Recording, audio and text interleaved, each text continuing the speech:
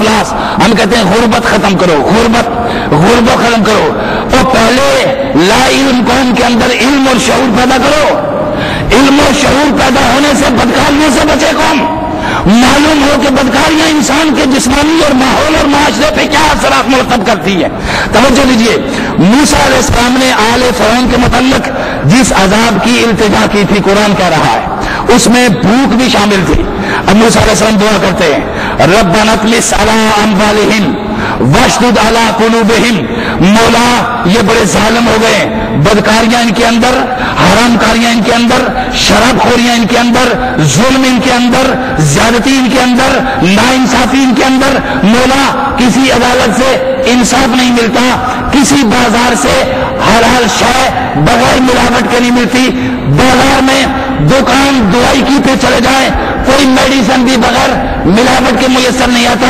حتیٰ کہ فضا صاف نہ رہے, حتیٰ کہ پانی تک صاف نہ رہے, ہر شے جب اس طرح پہ چلے جائے. موسیٰ علیہ السلام جیسے پیغمبر نے بھی کہا ربنا اطمس علی اموالہم واشدد علی قلوبہم, اے اللہ آل فرعون سے مال و دولت چھین لے, ایک بات, اور انہیں کج فہم اور سنگ دل بنا دے. دو لفظ سنیے پیغمبر کے, پیغمبر سنیے, کج فہم ہو جانا اور سنگ دل ہو جانا یہ اللہ کا عذاب ہے. ہماری ہر شخص کی سوچ ٹیڑھی ہو جاتی ہے.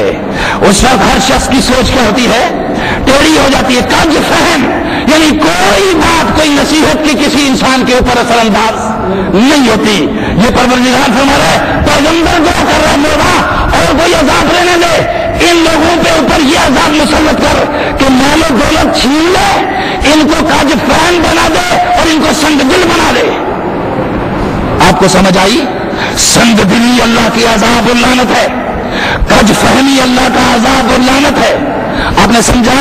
قرآن ہے یہ, مذاق نہیں, کوئی سٹوری بک نہیں. یہ لائے عمل ہے جو تمہیں پیغمبر کے ذریعے سے خدا نے عطا کیا ہے, اور اس لائے عمل پہ چلنے کے لیے ہمیں پروردگار نے حکم دیا.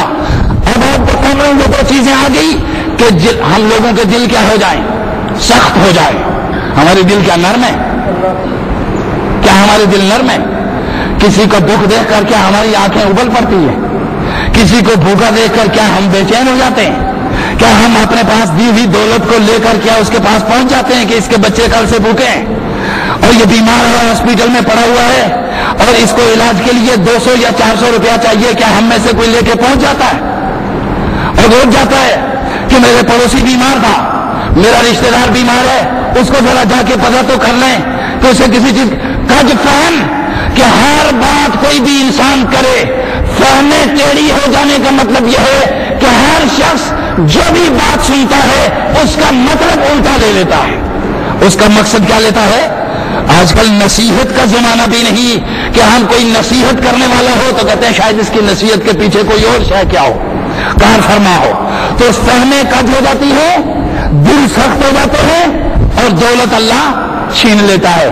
ہم جو غربت کا رونا, افلاس کا رونا روتے ہیں, تو پاکستان جب بنا تھا تو ہمیں پہننے کے لیے, ہماری ملٹری کے لیے بھی یہاں گھٹنے سے نیچے تک چھوٹے چھوٹے مریضوں والے پیجامے, اور اوپر سے آج تمہاری ٹھاٹ بار دے کر قرآن کی روح سے دنیا کم طاقت کبا اٹھتی ہے کہ یہ فضل خدا بندی ہے کہ نہیں؟ آج دنیا تمہارے اس طاقت اور قوت اور حیبت سے کانپ رہی ہے, کیا یہ فضل خدا بندی ہے کہ نہیں؟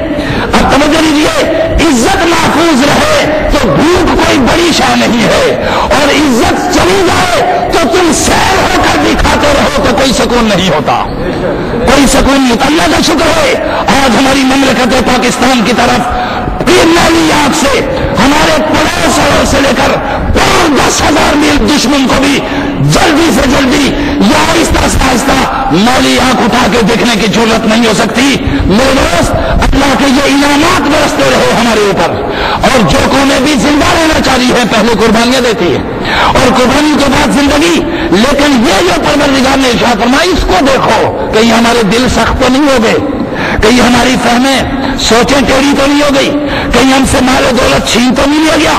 یہ ایک پروردگار نے ارشاد فرمایا. پھر سنیے, قحط اور قلت عذاب کا سبب ہے, قلت غذا, قحط اور قلت غذا یہ کیا ہے؟ عذاب ہے. کس کا؟ پروردگار قرآن میں کھلا کھلا فرما رہا ہے, وَلَقَدْ أَخَذْنَا